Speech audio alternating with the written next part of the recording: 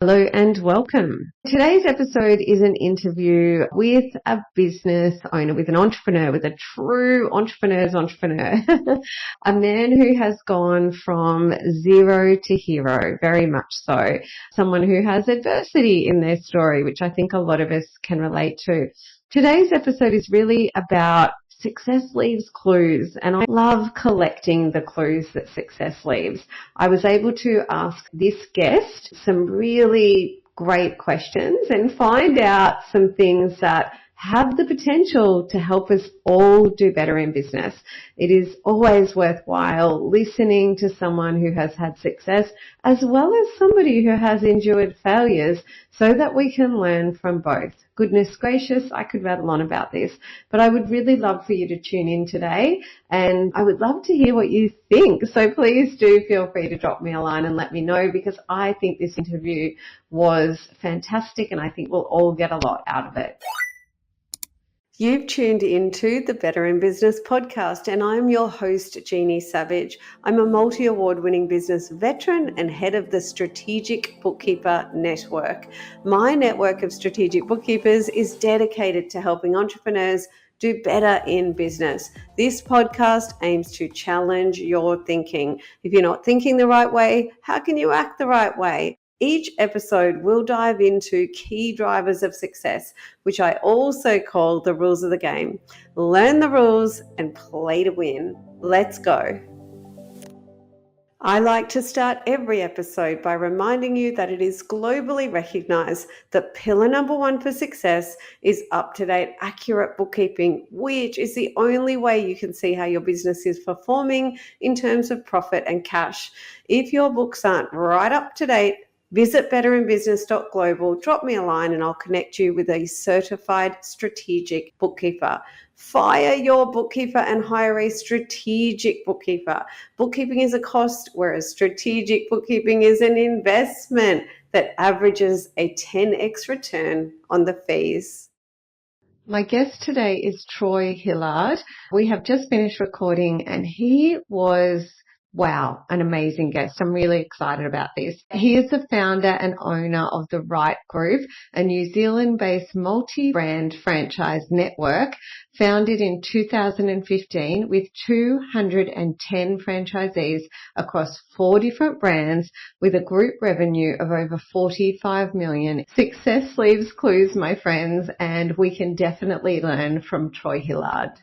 Welcome, Troy. Hi, Jeannie. Thanks for having me on the show. Thank you so much for coming on. So I'm really keen to hear your story. I know that you've gone from a zero, I call it zero to hero, 0 to 227 franchisees. You're a hard and you're a smart worker. I'd just love for you to share your story so that it can help the rest of us do better in business. Yeah, my story started back in Windale in New South Wales. That's where I was obviously born and raised. Windale is a very low socio-economic area, high crime rates. I was lucky enough to scrape through high school and get my high school certificate, barely. And then I was shipped off to the army at the request of the parents. Done 6 years in the army, done a few tours over to East Timor, got out of the army with a massive chip on my shoulder and started to get in trouble with the police. And then 2010, I had a bit of a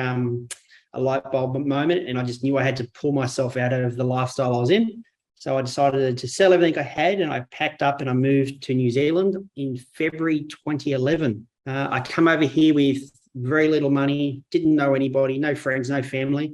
And after a couple of years of working the odd job around New Zealand, I decided I would start my business. And my first business was Rite, which is a house and building wash company that does exterior cleaning. And we started that on the 25th of August, 2015.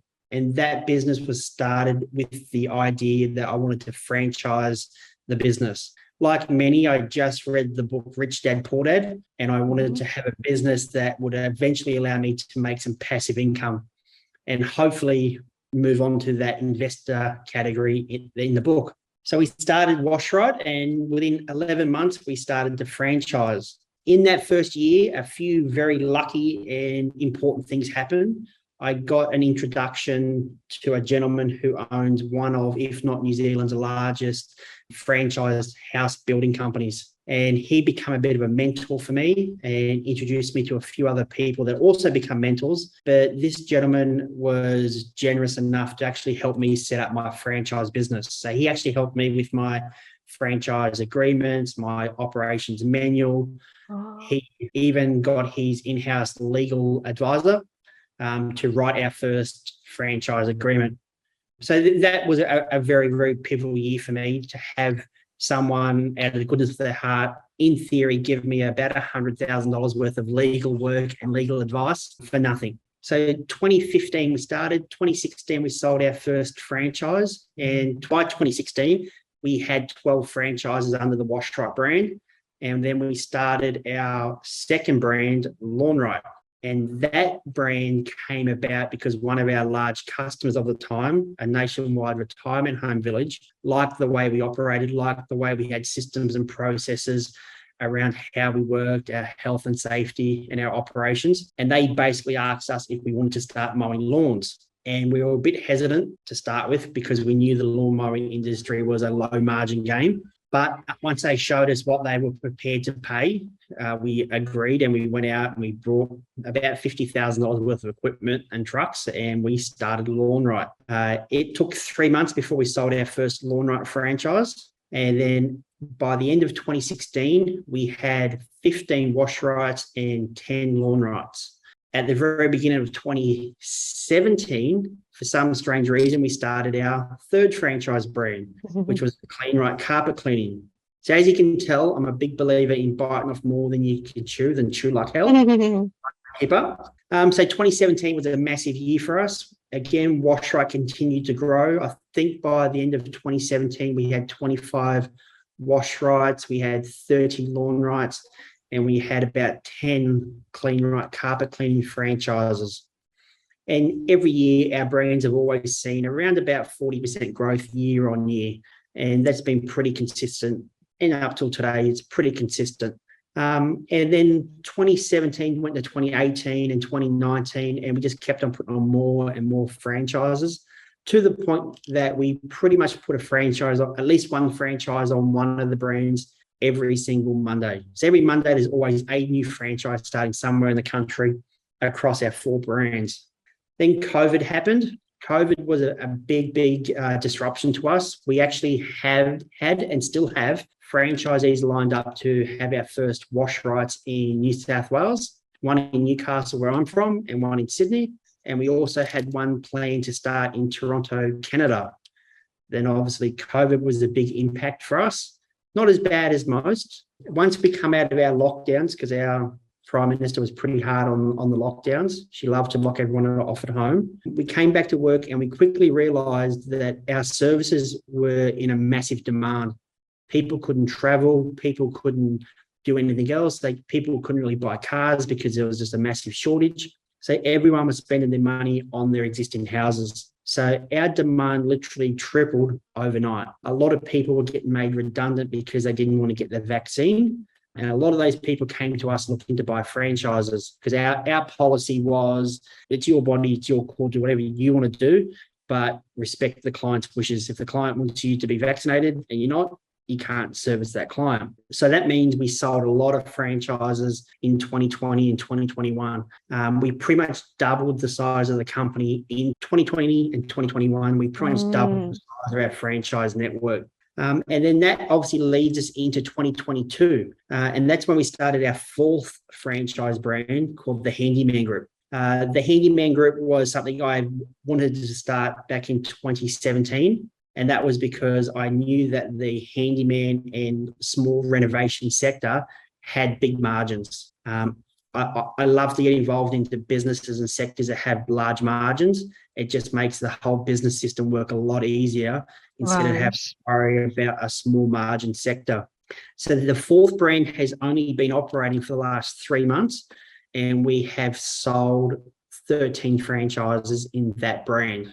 Probably the big commonality in our business is what we call the one customer model. So even though we have 4 brands and 227 franchises, our customer base revolves all 4 brands. So our return on investment, when we get a customer once, that customer is more often than not going to quickly become a customer of all 4 brands.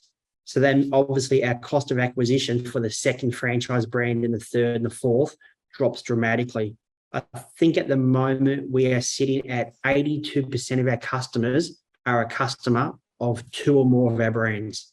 Wow. And that's probably been, I guess, one of our secret sources to our success is not having to have a totally segregated customer base per brand. Which really speaks to the power of partnerships, because in effect, you've created partnerships within each business, so that each business can leverage partnerships with one another to serve a client well. Definitely. And I'm glad you said that, because it's not just the partnership with the client. It's also from a business model. It's also the partnership from the supplier. So quite often a supplier of ours can also be a supplier of multiple one of our brands, which then obviously allows us to have larger buying power, more influence, and it provides the franchisee more leverage, because a lot of our franchisees are sole traders or one-man bands, especially on the mowing and the carpet cleaners. They're predominantly sole traders, but we have the ability to provide them the discount levels for, say, Bunnings, for example, that a $40 million a year franchise group can provide. These guys don't make anywhere near that, but that's the buying power that they have as a sole trader. And we do that through all their cost streams. So we get them discounts off fuel. Mobile provides all of our franchisees 30 cents a litre off the pump price. And we do that through everything from fuel, insurance, banking, telephone, their electricity account. We have a massive franchise network discount scheme where these guys get the buying power and the discounts from everyone combined instead of being just a sole trader. Wow. And listening to, I have so many questions. But I think what I'd really like to know, Troy, because I think this would be really beneficial to listeners. So the franchises that you have under your company are all service-based businesses. And we know that there's a lot of commonality to traditional service-based businesses, whether you're white collar or you're blue collar. Okay, so whether you're a sparky, a plumber, you mow lawns, you're a carpenter, there are so many things that are similar. And when you talked about secret sauce, I guess this is what I want to dive into. So I want to ask you, someone comes along and they were just sitting with you and wanting to know, I guess, some of the keys to success. I love that you talked about buying power, because it sounds like what you can save them probably pays for their franchise fees to start with, which I love that, because Troy and I were talking earlier, and listeners may not know, but the statistics for a regular business startup within the first 5 years is about 80% of them shut up shop. Now, for franchises, it's in the single digits. So we're talking 7%, sometimes 2%, depending on the franchise, but it is in the single digits. So franchises generally survive, and hopefully they thrive as well. And it's because they do have systems and processes and secret sources across everything. So this means lead generation, conversion, systems, everything. And so I just wanted to find out from you, what do you think the keys to a service-based business being successful from what you've seen and what you're doing? I think the few big points to make a service-based business successful, firstly, it's got to come down to the operator and their attitude around their business and their client. They have to understand that the service they're physically doing is not what they're selling the client. They're selling themselves. So they have to be presentable. They have to be able to communicate with the customer. They have to respect the customer's time and property. So that just might mean courteous when you turn up. It might mean just great communication. Communication is absolutely one of the key things to our business. You don't have to be a rocket scientist to mow lawns or clean carpet. And the big differentiating fact between our franchises and our competitors is the communication, not just the communication from the franchisee, but our internal systems that automate some of that communication with push notifications and texts and emails. So the franchisee is the big one, and their personality and their attitude. I love that. Right. So you said You're not just selling your service, you're selling yourself. Respecting time and comms, like comms. I completely agree. And with regard to that, I talk about the marketing X factor being trust. And trust is about punctuality and reliability. So turn up when you say you turn up. Do what you said you'd do, because if you do 95% of what you said you'd do and you didn't do the other 5%, you might think, Mrs. Jones is going to be happy. You did a great job, didn't you? No, trust is about doing in business exactly what you said you'd do. And I feel like that's very linked to comms, like being clear about what we're doing, being clear about everything, and so that the client or the customer knows exactly what to expect. Yeah, definitely. I think any service-based business has to over-deliver compared to under-deliver. If you guarantee you're going to be there at 2, be there at 1:55. And we do have a bad 100%. reputation in service-based businesses, and there's trades and services that have always had that bad reputation for poor communication, being late, and all the other dramas that go on. But yeah, for us, that is very, very important. We obviously, when we recruit franchisees, we do a little bit of personality testing. For us, we don't want the great extravagant extrovert, and we don't want the massively introvert. We want the person that's pretty much in the middle, someone who can communicate, that's nice and polite, that's reliable, that's customer centric. So that when the people that are very extroverted tend to be all about themselves and they want to portray themselves all the time. We want the person that puts the customer first and their needs and their wants and their desires probably before their own. And then we find that comes back in spades. Obviously, our business has a 41% referral rate through our customers, and that has been big for us. And I think if you're a service-based business, you either thrive or you die on what I call the 3 R's: the repeat customers, the referral customers, and the regular customers. If you don't have repeats, regulars, and referrals as a service-based business, you're not going to grow. That's just the matter of it. You need the repeats, the regulars, and the referrals. They are the key. And they're our main metrics in our business from the head office. One of the things that we monitor the most is our repeat customer rate, the referral rate, and the regular rate of our customer base. So a few things I'd like to, touch on with that. Repeat, referral, regular makes so much sense, but I love it's the 3 R's, these simple things. So if you're a service-based business and you're listening to this, we talked about the leveraging the customer. So a customer comes along and has some handyman services, right? The way Troy sounds like the culture that he's bred is that customer is now a seed. We're not just going to service them and hope for the best and hopefully they'll give us a call another time, right? In this day and age with this technology landscape, so we are going to absolutely do exactly what we said. We're going to over-deliver. We're going to make sure they were clear on everything and knew what to expect. We're going to make sure that they go into a database. We're going to make sure we keep in touch with them, which is what I call manners marketing, right? Mrs. Jones doesn't want to have to think about when she needs her next service. We're going to take an advocacy and value approach and make sure that we tell Mrs. Jones we can actually take care of the lawn, the handyman work, the exterior cleaning. What else can we help you with, Mrs. Jones? So there's that approach. So comms. And I feel like this sales stuff is more about manners and advocacy and value. Do you know what I mean? It's not like we don't need to razzle dazzle and do a tap dance if we are actually delivering a high value outcome and a solution that Mrs. Jones wants and is actually probably screaming for, so that she does become the repeat business, so that she does tell her friends all about you, so she is a regular. So I think if you're a service-based business, I'd really like you to listen out to all those things and ask yourself, which one could I be doing better?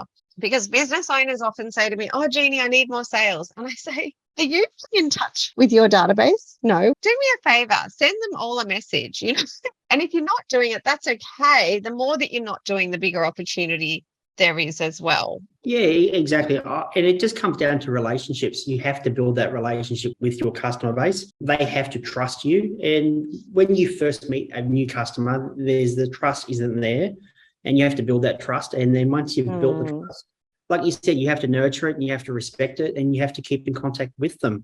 We like to think that we're our customers' trusted home advisor. We send our customers an annual text, email, and then a follow-up phone call to remind them that their annual house wash is due, their annual carpet clean is due. We send our Lawn Right customers a text, email, and some phone call on the first week of October to let them know that if they don't book their lawns in to get sprayed for prickles in the next 2 weeks, it's going to be too late. You're going to have prickles all year. And these phone calls and texts generate us huge amounts of revenue. Thousands of jobs come out of literally a push notification through the text system.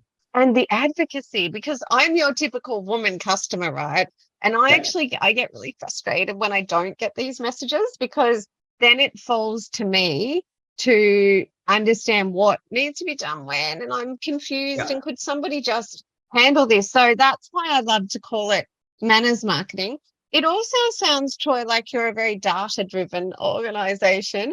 And I did want to, we've talked about a few things to do with lead gen and also sales and marketing, but not just new business. This is about nurturing the business you've got.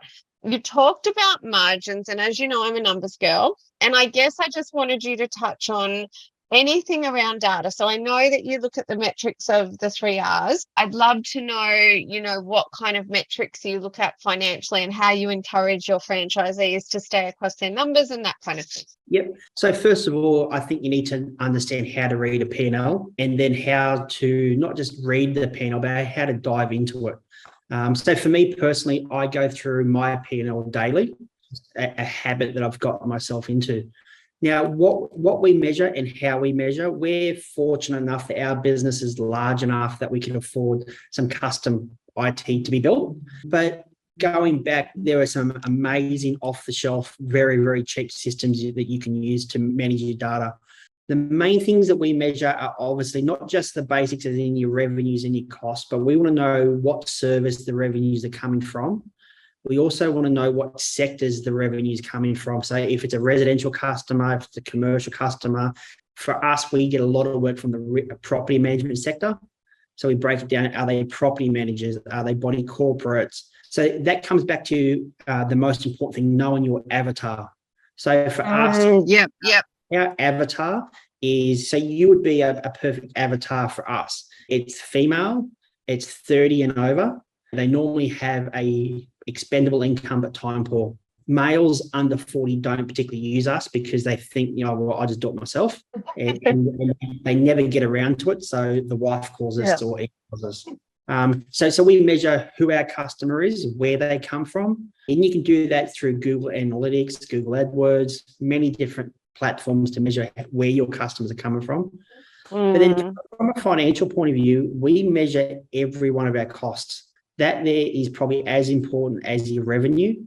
You can have a lot of money coming in, but if it's leaving just as fast, you're no better off. So we break our costs down to not just, say for Wash Right, the exterior cleaning, we don't break it down in just chemicals or cleaning chemicals. We break it down into the 5 or 6 main chemicals we use. We break our costs down on our fuel, petrol versus diesel.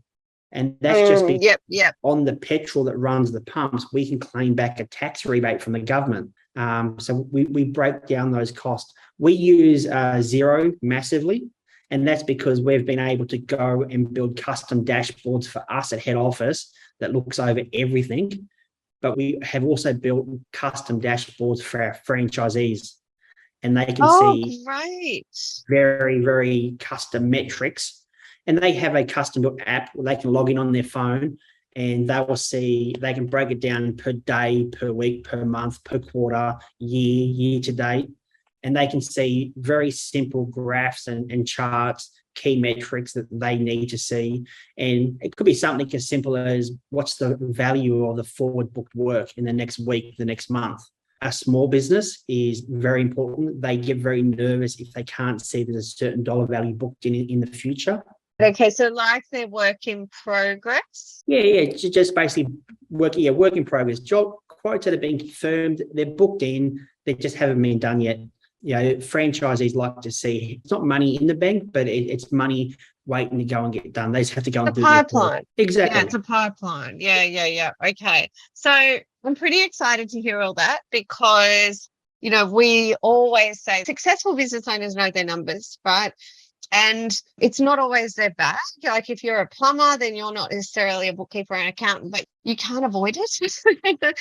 And you're going to need to do it. And so that is definitely something that we can help you with if you are listening, which what we find, Troy, is that so we have what we call bookkeeping, which is like just getting your numbers done, right? But then there's strategic bookkeeping, which is just taking those beautiful numbers, making them more meaningful, doing like what you're saying. Well, hang on, let's do a revenue dive. Let's do a cost dive, figuring out what those numbers should look like. You know what I mean? Like, oh, well, okay, your cost of sales are X, but based on your industry, they should actually be X. So we could be saving this and this. Maybe you're doing well on your rent, whatever it is.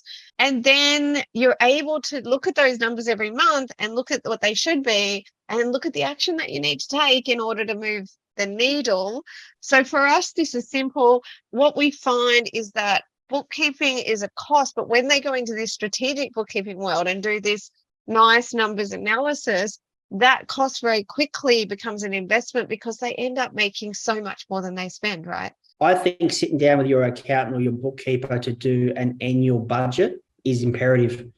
I don't know about MYOB. We don't use it, but I know Xero has a really easy and great budget manager. Budget tool. We do it with all our franchisees at the beginning of the year. We go down, we do the whole year's budget, and then we can run a P&L against that budget to see if we're tracking above or below our budget. It's just a real simple way for you to track how you're tracking, but also then to see how you're going with your costs. Because as the year goes on, you start to forget, costs start to creep in. For us, that's a really important function for our business, but our franchisees' business as well. So listening to everything you've said, I want to reiterate that it's so important to get all the moving parts nailed, right? You know, you talked about your avatar, which I call, it's in planning section. So deeply knowing who do you serve and what problem do you solve? Yep. We've got the trust factor and over delivering in that marketing space. You've got the ability to convert those leads into customers, what we do with the customers after. Obviously, turnkey systems are so critically important. And I would direct listeners to the E-Myth, which is a great read on that. I guess the other thing that I'd like to talk about that we talked about before the show is a little around attitude and personality. Now, if you're listening, I know Troy has built a big business. And Troy and I were talking about work-life choices, right? So I'm a mum of a beautiful but challenging special needs child. And early on, I think I identified that I love scaling. So in the first 5 years of my bookkeeping practice, I made sure that I could scale it to a point that I got what I wanted, which was financially I had enough, but I wanted to be time rich, right? And have freedom and purpose and a lot of other things. So I started with the end in mind, just as Troy started with his end in mind. So you don't have to work 80, 90 hours a week, but you do have to know that every choice that you make has a consequence. And there are some commonalities to successful business owners. And one that Troy talked to me about was a zero tolerance attitude. Oh my goodness, all my successful business owners have a zero tolerance attitude. He's a tough cookie. So can you just, in your own words, Troy, tell us about your take on attitude and personality and what you said about yourself? I think anyone getting into business not only needs to know what their avatar is, their key customer, but they need to know what they want their business to look like. And I personally just did dislike the phrase work-life balance. As I said, I believe it's work-life choices, and whatever you choose, there's going to be a consequence to that. For me, it was to try and grow my business as large as possible. And my consequences were less time with my family and my kids and personal sacrifices on that regard. And for you, it was you wanted your business to a certain level so you could have more time with your kids. But then I think you also need to have the attitude in your business that your business isn't going to run itself. It just won't. And this is where I think the zero tolerance comes into it. In our business, and just me as a person, I just run a zero tolerance lifestyle. I don't tolerate people being disrespectful, being rude. I don't tolerate people wasting my time. I don't tolerate myself wasting other people's time. And I'm very much the type of person that holds myself to the exact same level that I hold other people to. And in business, that's helped me greatly. And it's also just a bit of a personal mantra that you have to portray what you want to come back. The old saying, you treat people the way you want to be treated. And this is exactly the same thing. You treat your business the way you want it to perform for you. If you want your business to provide you a lot of cash flow, a big return, great capital gain, you need to put the same amount, if not more effort into the business so it can then return that back to you. A lot of people think that, how can I put it politely? I don't use the term entrepreneur. There's too many people out there that call themselves that, and they're just not. They are glorified employees, and they probably should stay as employees. But the real people that are out there building something are going to put in the hard work. That they don't watch the clock. They're very stubborn in their attitude. They're going to build what they want. And it comes back to, it doesn't have to be a big business or even anything my size. It has to come back to the question, what do you want your business to look like? Because it's your business. If you want your business to be a great, profitable part-time business that allows you great time with your family, great. But that's not going to build itself. You have to put yourself in the mind frame that there's only one person to blame at the end of the day if it doesn't succeed. And that's you. I believe in a great time. The amount of opportunity that's out there now, even with COVID has brought us huge opportunity. It's just whether or not you're the type of person that's going to go out there and grab that opportunity and make it a success of it. And I think this just comes down to your mind framing and your personality. And the great thing is, small business owners, most of them, they're hustlers. They're out there working, grinding, doing the hard yards, doing the work. And 99% of it is just turning up and doing the work. If you turn up, do work and do a great job, you're 95, 99% of the way there. That last couple of percent, yes, it can get you unstuck. But that's where, having a great bookkeeper, having a great advisor, having a great lawyer, these outside information portals that just keep pumping you full of that key information, they're going to get you the rest of the way. And I know we talked about you being direct, which I love. I can be a bit too direct, stubborn, zero tolerance. I love it. And the thing that I heard was manager. And business owners need to put their manager hat on as well and you would have known that from the early days, right? You had to be part manager and then you had to be a leader. And as a manager, it's about planning, organizing, staffing, directing and controlling, right? And none of those things win you friends, yeah? And you have to be, right? And those things are about the rules of the game. So if you've got a business and you decide these are the rules, for example, we turn up on time, we always do everything we said we do. We always look this way. We always do this, right? Now, I think when it comes to the rules of your game, you have to sweat the small stuff, right? Which is your personality type. You've said, these are my rules, and if you don't want to play by them, off you go. If you're going to play by them, awesome. Yeah, and I think probably the most important thing is also, practicing what you preach. As you said, if you don't turn up on time, as the owner or as the boss, you should be there 5-10 minutes before the employees get there. You should always lead by example. There's nothing worse that's going to erode a team faster than having someone in charge that's, do as I say, not what I do type personality. A true leader always leads from the front and then the rest will follow.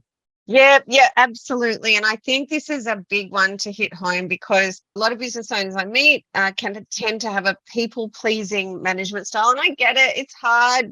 There's no one to blame but us. But I think if we come back to a couple of things. So number one, if the business weakens because we're not prepared to hold everyone accountable to the rules of the game, then the business will not thrive anyway. And that's not good for anyone. Nobody's going to have a safe job and that kind of thing. The other thing is the customer is always the big loser, I think, in this.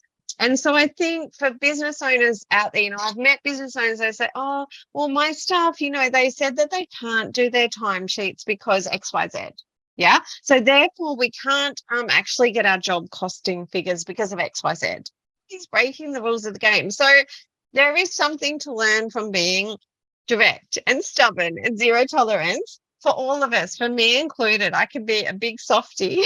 And sometimes that's about building a team around us. So I've got an amazing team that allows me to be a bit more of a leader and a creative, but I still have to follow my own rules and be accountable and remember to delegate rather than abdicate, which is important. Yeah, so I think that's kind of my wrap. Now, if there was one last thing that you could just thinking, to all the service-based businesses out there, what is the last piece of wisdom you would like to impart? Probably the big one is, as I said before, 95% of a successful business is just consistency of turning up, consistency of doing great work, consistency of communication, and just consistency of being a good person. And even being a leader, just being consistent with your people. Me being a very direct, but I'm consistently direct. I'm consistently fair. I'm consistently supporting my team, and I'm consistently putting my customers ahead of myself.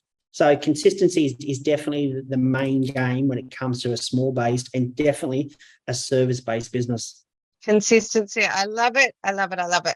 So also, if you are running a business and you're thinking, been struggling for a while and you want to help, the other thing that you can consider, and I once said this to a business buddy who asked me for some help in his electrical business.